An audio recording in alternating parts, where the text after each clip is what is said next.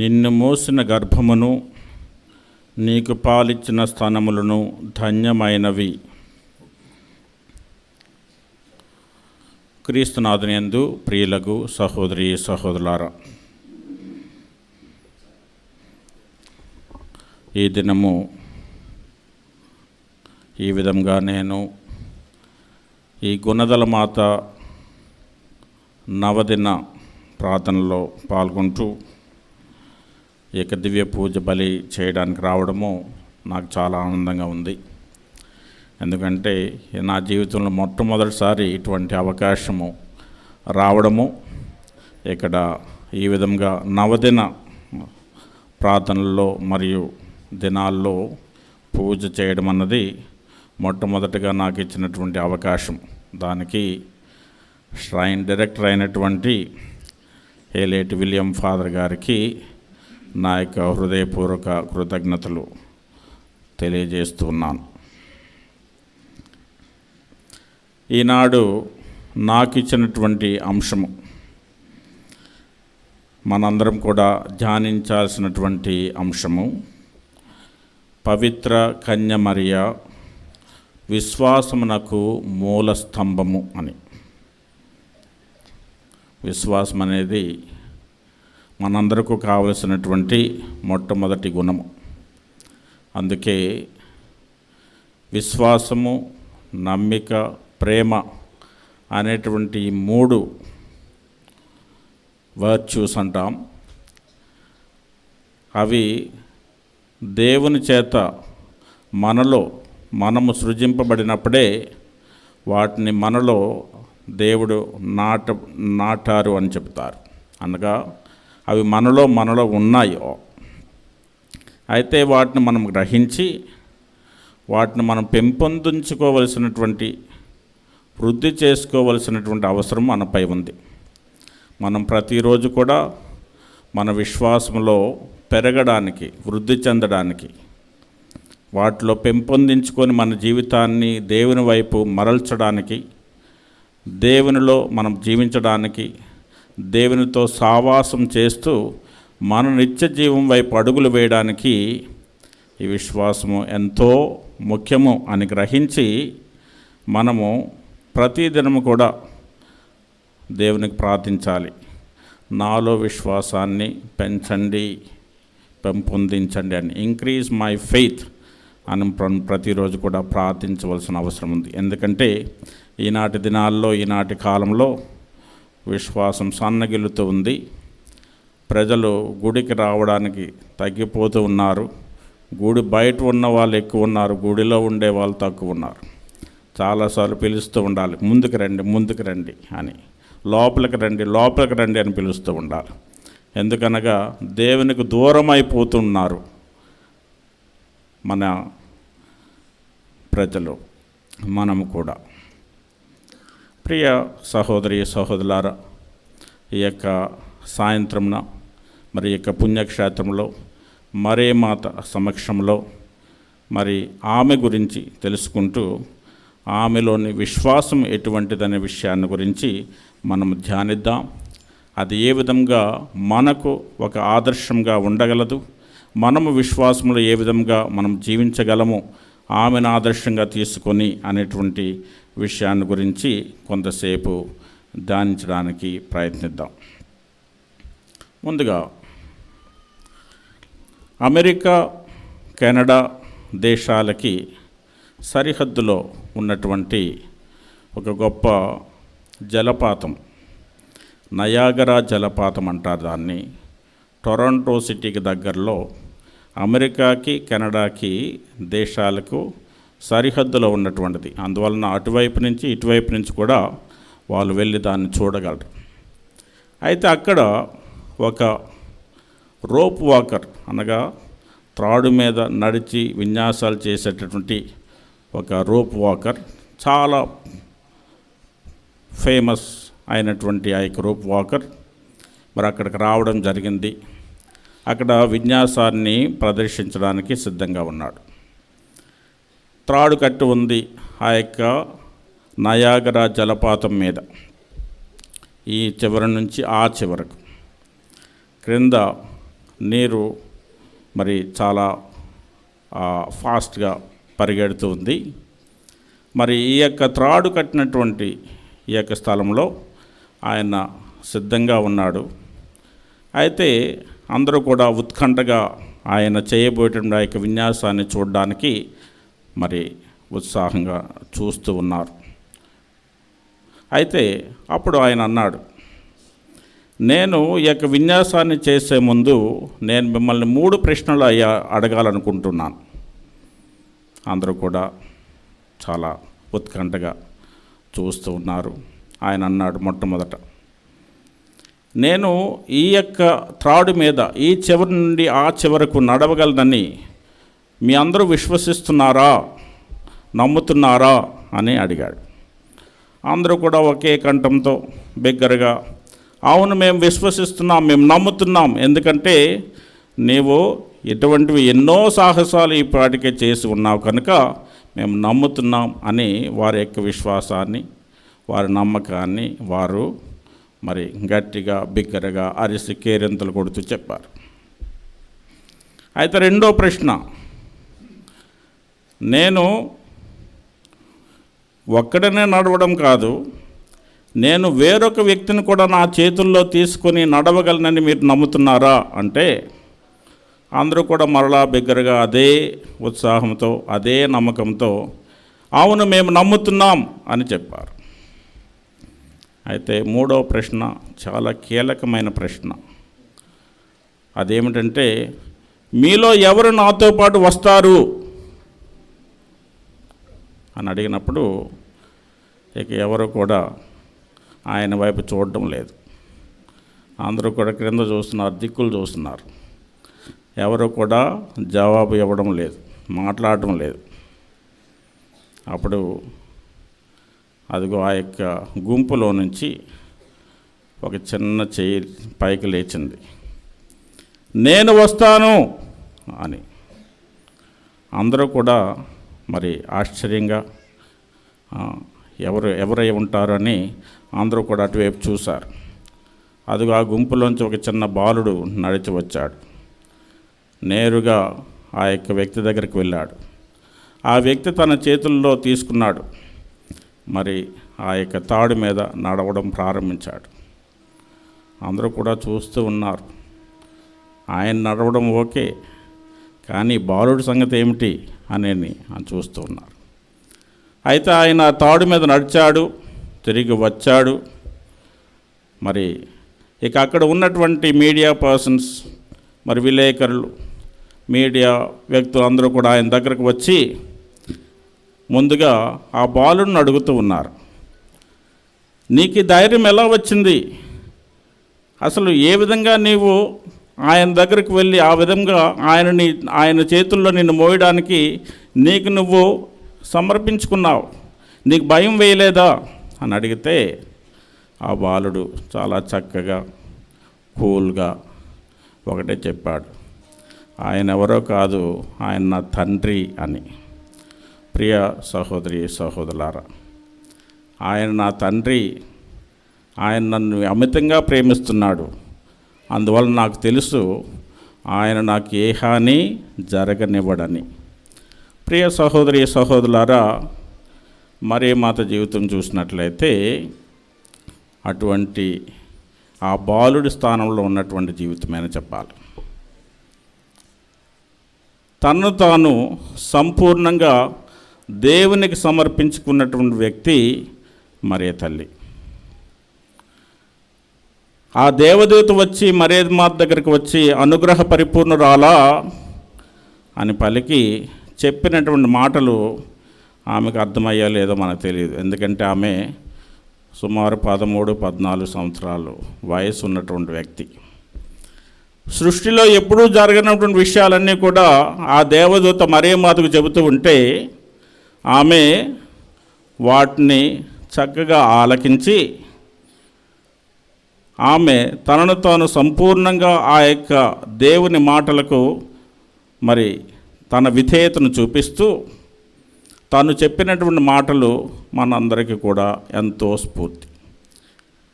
లూకా సువార్త 1వ అధ్యాయము 38వ వచనంలో మనం అవి చూస్తూ ఉన్నాం. ఇదిగో నేను ప్రభువు దాసురాలను, నీ మాట చొప్పున నాకు జరుగునుగాక. మరి అప్పుడు చెప్పినటువంటి విషయము సృష్టిలో ఎప్పుడు కూడా జరగలేదు. మరి పవిత్రాత్మ శక్తి వలన తను ఒక కుమారుని కంటుంది అని చెప్పారు. ఆమె ఆ మాటలను సంపూర్ణంగా విశ్వసించింది, నమ్మింది.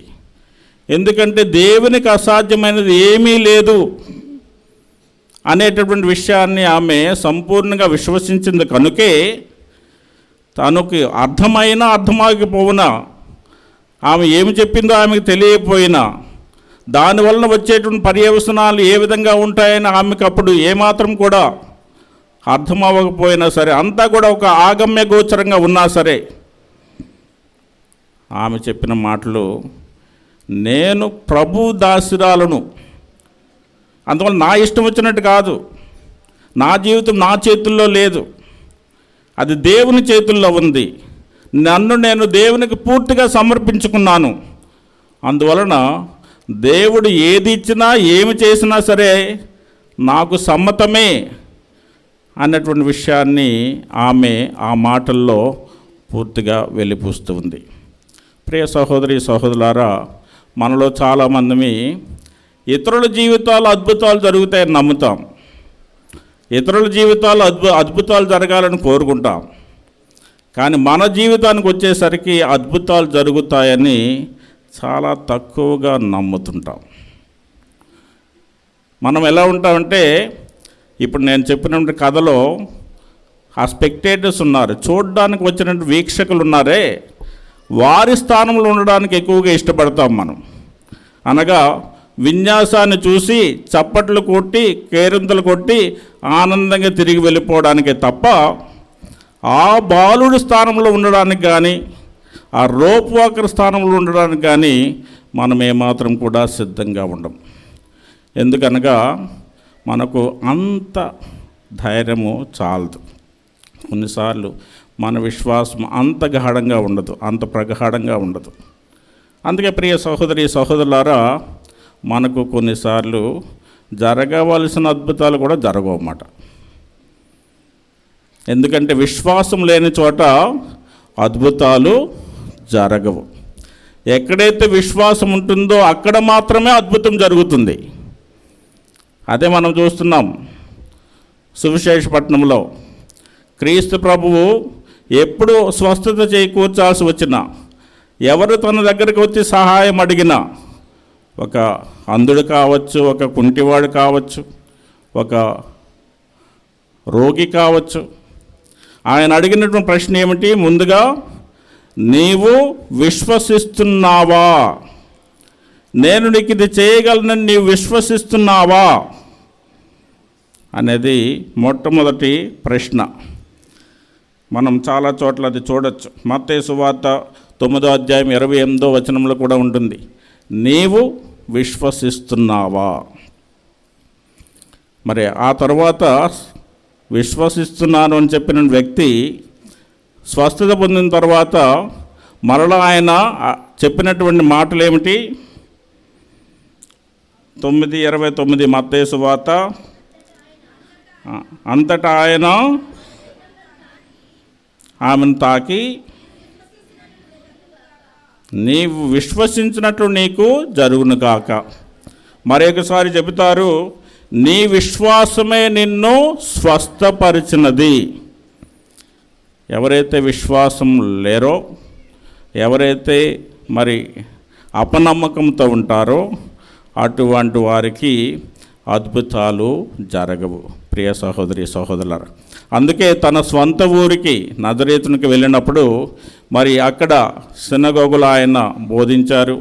ఆ తర్వాత ప్రజలందరూ కూడా వచ్చి, ఇదిగో ఈయన మన మరియమ్మ జోజప్పల యొక్క కుమారుడు కాదా, మనతో ఉన్నవాడు కాదా, వాళ్ళ చెల్లెళ్ళు అక్కలు వాళ్ళ తమ్ముళ్ళు అన్నలు మనకి దగ్గర లేరా అని ఆయన్ను చులకనగా చూసినప్పుడు వారి యొక్క అవిశ్వాసానికి ఆయన అక్కడి నుంచి వెళ్ళిపోవడానికి సిద్ధపడ్డాడు తప్ప ఆయన అద్భుతాలు చేయడానికి ఏమాత్రం కూడా ఒప్పుకోలేదు. ఎందుకంటే ప్రియ సహోదరి సహోదరులారా, విశ్వాసం లేని చోట అద్భుతాలు జరగవు.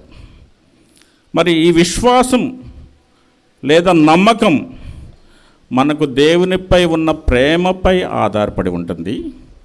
అదేవిధంగా ఈ విశ్వాసం నమ్మకం ఉన్న చోట కూడా ప్రేమ ఉంటుంది. ఎక్కడైతే ప్రేమ ఉంటుందో అక్కడ విధేయత ఉంటుంది. ప్రేమ లేని చోట విధేయత ఉండదు. నన్ను ప్రేమించేవాడు నా యొక్క ఆజ్ఞలను పాటించును. ఎవరు ప్రేమిస్తాడు? ఎవరికైతే విశ్వాసం ఉంటుందో వారు ప్రేమిస్తాడు. విశ్వాసం లేని చోట ప్రేమ ఉండదు. నీకు నమ్మకం లేకపోతే ఏమాత్రం కూడా నీకు ప్రేమ ఉండదు.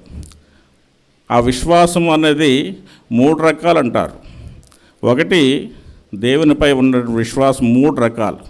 ఒకటి, నాపై నాకు విశ్వాసం ఉండాలి. ఎందుకంటే దేవుడు నన్ను సృష్టించాడు, దేవుడు నన్ను మంచిగా సృష్టించాడు, దేవుడు నాకు ఎన్నో టాలెంట్స్ ఇచ్చారు, నాకు ఎన్నో మంచి విషయాలు నాలో ఆయన నింపాడు. ఆయన నన్ను రోజు చూసుకుంటాడు, నన్ను ఆదరిస్తాడు, ఆయన నన్ను రక్షిస్తాడు అని నేను నమ్మాలి. అదేవిధంగా నన్ను ప్రేమించిన దేవుడే, నన్ను సృజించిన దేవుడే నిన్ను సృష్టించాడు, నిన్ను ప్రేమిస్తూ ఉన్నాడు. నాకు ఏదైతే దేవుడు నాకు ఎన్నో టాలెంట్స్ ఇచ్చి ఎన్నో విషయాలు నాలో ఉంచారో అదే విధంగా నిన్ను కూడా ప్రేమిస్తూ నీకు కూడా ఎన్నో ఎబిలిటీస్ని, నీకు కూడా ఎన్నో టాలెంట్స్ని దేవుడు ఇచ్చాడు. అందువలన నేను నిన్ను కూడా ప్రేమించగలగాలి, నిన్ను కూడా విశ్వసించగలగాలి. అదేవిధంగా నన్ను ప్రేమించే దేవుడు, నిన్ను ప్రేమించే దేవుడు నాకు హాని చేయడు, నన్ను రక్షిస్తాడు, నన్ను నిత్య జీవితానికి పిలుస్తూ ఉన్నాడు. అందువల్ల నాకు ఏది జరిగినా అది నా మంచికే అన్నటువంటి ఒక నమ్మకం ఉందే, అది నిజమైనటువంటి విశ్వాసం. అన్నీ బాగున్నప్పుడు, అన్నీ సక్రమంగా ఉన్నప్పుడు, అన్నీ జరిగిపోతున్నప్పుడు నాకు కావలసిన విధంగా అప్పుడు నమ్మడం కాదు. ఎప్పుడైతే నాకు జరగాల్సినవన్నీ నాకు అనుకున్నట్టుగా నేను కావలసిన విధంగా జరగడం లేదో అప్పుడు కూడా నేను నమ్మకాన్ని ఉంచి దేవుని వైపు నడిచినప్పుడే అది నిజమైనటువంటి విశ్వాసం.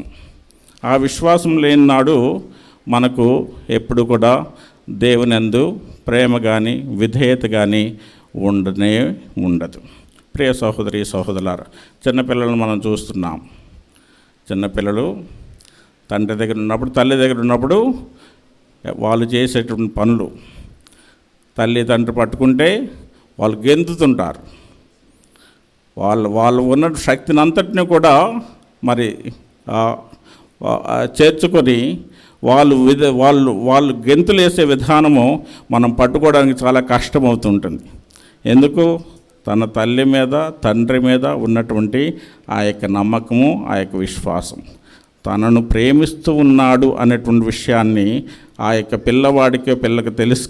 కాబట్టి తల్లి తండ్రుల దగ్గర ఉన్నప్పుడు వాళ్ళు చేసేటువంటి విన్యాసాలు చాలా గొప్పగా ఉంటాయన్నమాట. మనము ఆశ్చర్యపోతూ ఉంటాం. ప్రియ సహోదరి సహోదరులారా, మొదట చెప్పుకున్న కథలో ఆ చిన్నారి బాలుడు పలికిన మాటలు మనం మరలా గుర్తు చేసుకోవాలి.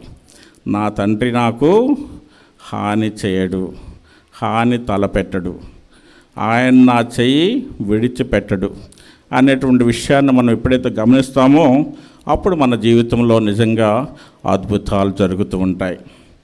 అదే మనం చూస్తున్నాం బైబిల్ గ్రంథంలో.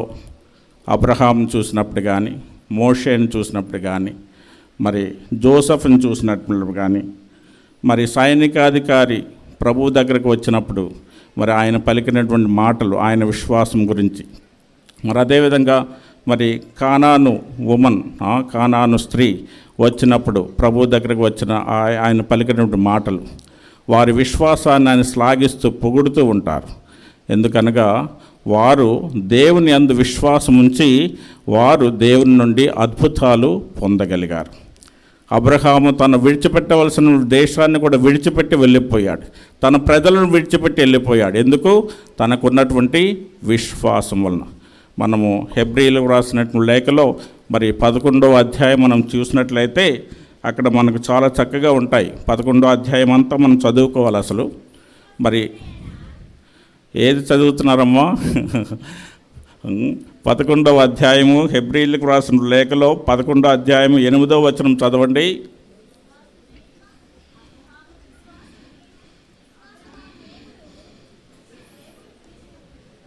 విశ్వాసమే అబ్రహామును దేవుడు పిలిచినప్పుడు విధేయుడగునట్లు చేసింది.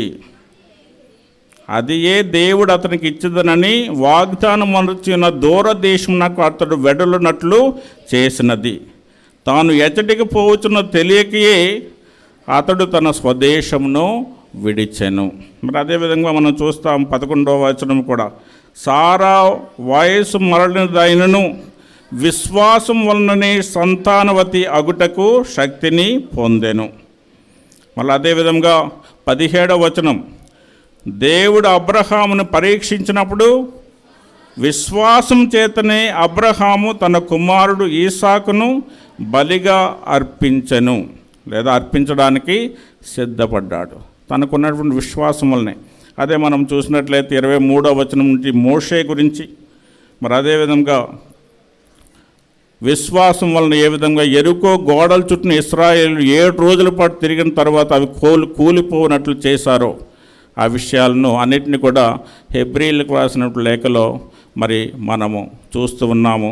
విశ్వాసం వలన ఏ విధంగా అద్భుతాలు జరుగుతాయని. ప్రియ సహోదరి సహోదరులారా, మరి మరే మాత విషయానికి వచ్చినప్పుడు మరే మాత యొక్క విశ్వాసం చాలా గొప్పది. అది మనందరికి కూడా ఒక ఆదర్శంగా, ఒక ఉదాహరణగా ఉండాలి.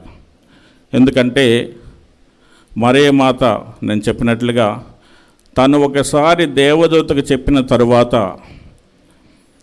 ఇదిగో నేను ప్రభు దాసురాలను, నీ మాట చొప్పున నాకు జరుగునుగాక అని చెప్పిన తరువాత ఆమె మరల వెనకకు తిరిగి చూడలేదు. ఏ సమయంలో కూడా ఆమె విశ్వాసము అంత అచంచలమైనది. తన యొక్క భర్త ఆమెను అనుమానించినప్పుడు కానీ, మరి తను నిండు చూలాలే ఉండి ఆ యొక్క పశువుల కొట్టంలో తన కుమారునికి జన్మనివ్వవలసి వచ్చినప్పుడు కానీ, మరి ఆ తరువాత ఈజిప్ట్ దేశానికి మరి పారిపోవలసి వచ్చినప్పుడు కానీ, మరి అదేవిధంగా ఆ తర్వాత కటిక పేదరికంలో వారు జీవించవలసి వచ్చినప్పుడు కానీ, మరి ఎన్నో కష్టాలు కోర్చి వారి జీవితాన్ని సాగిస్తున్నప్పుడు కానీ, ఆ యొక్క దేవదూత చెప్పిన మాటలు ఏవైతే ఉన్నాయో, దావీదు వంశానికి చెందినవాడు, మరి గొప్పగా పరిపాలిస్తాడు, మరి ఎన్నో విషయాలు ఆమె గురించి, ఆయన దేవకుమారుడు గురించి చెప్పినటువంటి విషయాలు ఎన్నో ఉన్నాయి. వాటన్నిటిని కూడా ఎప్పుడు జరుగుతాయని ఆమె చూస్తూ ఉన్నప్పుడు, మరి ఆ 30 సంవత్సరములు కూడా యేసు ప్రభు మరి ఆ యొక్క తల్లితో పాటు ఉన్నప్పుడు మరి ఎప్పుడు కూడా ఆమె సంశయించలేదు. అదేవిధంగా ప్రభు బయటికి వెళ్ళి మరి సువార్త ప్రచారానికి తిరుగుతూ ఉన్నప్పుడు ఆయన పిచ్చివాడిగా చూస్తూ ఆయన రాళ్లతో కొట్టడానికి ప్రయత్నిస్తూ, మరి చివరకు ఆయన నిందించినప్పుడు కానీ, సిలువకు ఆయన కొట్టి మరి ఆయన్ను చంపినప్పుడు కానీ, ఆ యొక్క రక్తపు మడుగులో చూసినప్పుడు కానీ ఆమె దేవుని ఎప్పుడు కూడా శంకించలేదు. అంత అచంచలమైనటువంటి విశ్వాసం కలిగినటువంటి మరే మాత మనందరికీ కూడా ఆదర్శంగా నిలబడుతుంది. అందుకే ప్రియ సహోదరి సహోదరులారా, ఎలిజబెతమ్మ మరియమ్మను ఉద్దేశించి పలికిన పలుకులు మనకు మరియమ్మలో ఉన్నటువంటి విశ్వాసము ఎంతో చక్కగా మనకు చూపెడుతున్నాయి. లూకా సువార్త 1వ అధ్యాయము 42వ వచనం నుండి 45వ వచనం వరకు. పిమ్మట ఎలుగెత్తి ఇట్లా నేను ఏ విధంగా అన్నది, స్త్రీలందరిలో నీవు ఆశీర్వదింపబడెను, నా ప్రభువు తల్లి నా యొద్దకు వచ్చుట నాకు ఎలాగు ప్రాప్తించెను. నీ వందన వచనములు నా చెవిని సోకగానే నా గర్భమందలి శిశువు ఆనందంచే గంతులు వేసెను. ఈ మాటలు చాలా చాలా ముఖ్యం. ప్రభు పలికిన మా వాక్కులు నెరవేరునని విశ్వసించిన నీవు ఎంత ధన్యురాలవు. ప్రియ సహోదరి సహోదరులారా, ప్రభు పలికిన వాక్కులు నెరవేరునని విశ్వసించిన నీవు ఎంత ధన్యురాలవు. అదే చెప్పినట్లుగా ఆ విశ్వాసం అప్పటి ఆ యొక్క క్షణంలోనే మాత్రమే కాదు, అదే విశ్వాసాన్ని చివరకు మరి ఆ యొక్క మృత శరీరాన్ని, యేసుప్రభు యొక్క శరీరాన్ని, తన కుమారునికి శరీరాన్ని తన చేతుల్లో ఉంచి ఆ యొక్క వేదనలో కూడా ఆమె తన విశ్వాసాన్ని నింపుకుంది, నిలుపుకుంది. అందుకే ప్రియ సహోదరి సహోదరులారా, మరే తల్లి మనందరికీ కూడా ఒక ఆదర్శంగా ఉండాలి. ఆమెను నమ్మిన వారికి, ఆమెను విశ్వసించిన వారికి, మరి ఆమె మార్గంలో నడిచిన వారికి ఎప్పుడు కూడా మంచే జరుగుతుంది అన్న విశ్వాసమే మనందరినీ కూడా ఇక్కడి వరకు రాబట్టింది. కానాపల్లి వివాహంలో మరి ప్రభువు చేసిన మొట్టమొదటి ఆ యొక్క అద్భుతం మరే తల్లి విశ్వాసానికి మరొక సూచిక. మరి మనకు సువార్త చెబుతూనే ఉంది. అప్పటి వరకు యేసు ప్రభు అద్భుతాలు చేయలేదు, కానీ ఆమె అంటుంది, బాబు వారికి ద్రాక్షరసం లేదు అని ఆయన దగ్గరికి వెళ్ళి చెప్పింది. ఎందుకు చెప్పింది ఆ విషయం? ఎప్పుడైనా చూసిందా ఆయన అద్భుతాలు చేస్తున్నాడని? కానీ తను నమ్మింది. ఆ 30 సంవత్సరంలో ఆయన ఏమీ చేయకపోయినా ఆయనతో ఉన్నా ఆ దేవదూత పలికిన వాక్కులు ఆమె విశ్వసించింది కనుకే అతను దైవకుమారుడు, ఆయన తప్పకుండా కష్టంలో ఉన్న వారిని ఆదుకుంటాడు అనేటువంటి విషయాన్ని ఆమె నమ్మింది కనుకనే ఆ సమయంలో అక్కడికి వెళ్ళి ఆ తల్లి ఆయనకు చెబుతుంది, వారికి ద్రాక్షరసం లేదు నాయనా అని. ఆయన ఏమంటున్నారు, ఓ స్త్రీ నీకేమీ, నా గడియ ఇంకా రాలేదు అని చెప్పినటువంటి ఆయన, కానీ ఆమె ఊరుకుందా? ఊరుకోలేదు. ఏం చెప్పింది? అక్కడ ఉన్న సేవకులతో ఆయన చెప్పినట్లు చేయుడు అని వెళ్ళిపోయింది. ఆయన ఆమె చెప్పినట్లు చేశాడు. ఏం చేశాడు? ఆ యొక్క నీటిని ద్రాక్షారసముగా మార్చి, శ్రేష్టమైన ద్రాక్షారసముగా మార్చి ఆ ప్రజలకు ఇచ్చాడు. ప్రియ సహోదరి సహోదరులారా, ఆమె విశ్వాసము ఆయనను అద్భుతాలు చేయడానికి ప్రేరేపించింది. అదే విధంగా ఆమె మన తరపున వేడుకున్నప్పుడు తప్పకుండా మన జీవితాల్లో కూడా అద్భుతాలు జరుగుతాయని మనం గ్రహించాలి.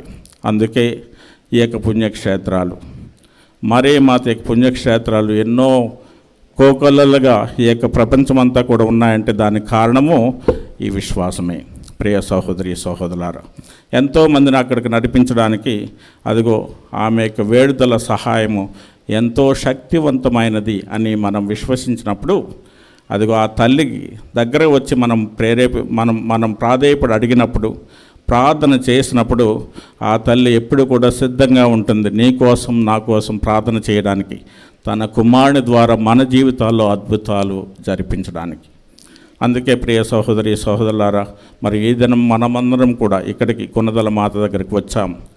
గుణదల మాత, నేను మొట్టమొదటిలో చెప్పినట్లుగా అది గుణదల మాత అయినా, ఫాతిమా మాత అయినా, లూర్దు మాత అయినా, ఇక నిర్మలగిరి మాత అయినా, లేక సాగర మాత అయినా, లేక వేలాంకిని మాత అయినా, గౌదలూపు మాత అయినా, మెజ్జుగోరె మాత అయినా, లాసలెట్ మాత అయినా, ఇక ఎన్ని మాతలు పేర్లు ఎన్నో ఉన్నాయి. కానీ మాత ఒక్కటే, అది దేవుణ్ణి సంపూర్ణంగా విశ్వసించి తనను తాను సమర్పించుకొని విధేయతతో తన జీవితాన్ని జీవించి ఆత్మ శరీరములతో ఆ యొక్క స్వర్గానికి కొంపబడినటువంటి మరియ తల్లి, మన తల్లి, మన మాత, మనల్ని ప్రేమించే మాత, మనల్ని వెంటబెట్టుకొని ఉండేటువంటి మాత. అందుకే ఆమె దర్శనాలు కోకొల్లలు. పాపంలో మునిగిపోయిన వారికి, మరి మారు మనసు పొందని వారికి, దేవునికి దూరం అయిపోయిన వారిని తన కుమారుని దగ్గరకు నడిపించడానికి ఆమె ఎన్నో ప్రదేశాల్లో దర్శనమిస్తూ ప్రజలను ప్రేరేపిస్తూ తన యొక్క కుమారుణ్ణి విశ్వాసంలో వారు నడిపించడానికి ఆమె చేస్తున్న ప్రయత్నాలు ఎన్నెన్నో. అందుకే ప్రియ సహోదరి సహోదరులారా, ఇన్ని పుణ్యక్షేత్రాలు ఆమె పేరున ఉన్నాయి. అది ఆమె తన కోసం సృష్టించుకున్నటువంటి పుణ్యక్షేత్రాలు కాదు. తన బిడ్డలను తన కుమారుని వైపు నడిపిస్తూ వారు నిత్య జీవం పొందాలన్నటువంటి ఒక తపన, ఒక ప్రేమ. అందుకే లూర్దు మాతగా ఆమె దర్శనం ఇచ్చినప్పుడు అక్కడ చెప్పినటువంటి మాటలు ప్రాయశ్చిత్తము, ప్రాయశ్చిత్తము, ప్రాయశ్చిత్తము అనగా పెనన్స్, పెనన్స్, పెనన్స్. మారు మనసు పొందండి, దేవుని వైపు మరలండి, మీరు నిత్య జీవాన్ని పొందండి అనేటువంటి ఒక సందేశాన్ని ఆమె మనందరికి కూడా ఇస్తూ ఉంది. మరి ప్రియ సహోదరి సహోదరులారా, మనందరం కూడా మరి ఆ యొక్క తల్లి యొక్క విశ్వాసాన్ని మనలో కూడా నింపుకొని సమస్యల్లో ఉన్నప్పుడు, బాధల్లో ఉన్నప్పుడు, కష్టాల్లో ఉన్నప్పుడు, మరి ఏమీ కూడా మరి తోచనప్పుడు, ముఖ్యంగా అంతా కూడా ఒక అంధకారమయంగా ఉన్నప్పుడు, ఆగమ్య గోచరంగా ఉన్నప్పుడు దిగులు పడకండి, మీలో ఉన్న ధైర్యాన్ని కోల్పోకండి. ఎందుకంటే మరియమ్మ తన జీవితం ద్వారా చూపిస్తుంది, ఎవరైతే నిండు మనసుతో దేవుని విశ్వసిస్తారో వారి జీవితాల్లో దేవుడు ఎప్పుడు కూడా ఉంటాడు, దేవుడు ఎప్పుడు కూడా అద్భుతాలు చేస్తాడు అని తన జీవితం ద్వారా నిరూపిస్తూ మనందరికీ ఒక ఆదర్శాన్ని చూపిస్తూ ఉంది. మరి ఆ తల్లిని వేడుకుందాం, ఆ తల్లిని ప్రార్థిద్దాం, మన విన్నపాలను ఆమెకు సమర్పించుకుందాం. తన యొక్క వేడుదల సహాయంతో, ప్రార్థనా సహాయంతో మనము కూడా ఆ తల్లి వలె ఆ యొక్క దేవునికి దగ్గరగా ఉంటూ మంచి క్రైస్తవులుగా జీవిస్తూ మరి ఆ తల్లి కుమారుల వలె, కుమార్తెల వలె మన జీవితంలో కూడా మరి ప్రభువుకి మంచిగా స్థానం ఇచ్చి ఆ యొక్క దేవుని యొక్క దీవెనలు పొందడానికి ఎల్లప్పుడూ కూడా ప్రయత్నిద్దాం.